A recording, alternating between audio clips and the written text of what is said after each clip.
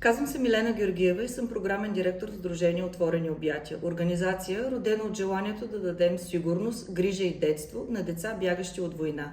В работата си с бежанци, мигранти и деца без родителска грижа, всеки ден виждам колко трудно е да изградиш отново усещане за дом и принадлежност.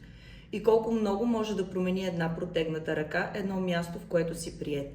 Това оформи моята лична мисия – да създавам възможности за бъдеще там, където изглежда, че липсват. Вярвам, че устойчивата промяна започва с образование и критично мислене. Затова в основата на работата ми стои подкрепата за децата, да растат като уверени, мислещи и активни хора. Кандидатирам се за член на управителния съвет на Алумни клуба към Съвета на жените в бизнеса в България, защото вярвам в силата на общностите. А когато те са изградени от жени с емпатия, смелост и визия, те създават дългосрочна и значима промяна.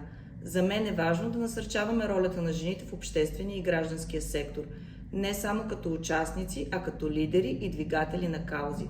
Като част от Алумни клуба вече имах възможност да се включа в организацията на събития и доброволчески инициативи.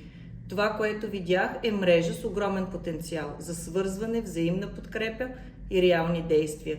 С опита си в създаване на програми, работа с общности и изграждане на партньорства, вярвам, че мога да допринеса за развитието на Алумни клуба, като още по-активна, устойчива и въздействаща екосистема. Паралелно с това работя и по кауза, свързана с промяната на общественото отношение към жените, преминаващи през инвитро процедури. За мен е ценна възможността тази тема да намира място и подкрепа чрез инициативата заедно с нея. Ще се радвам да бъда част от развитието на Алумни клуба и да допринасям със своя опит, ангажираност и енергия. Благодаря ви.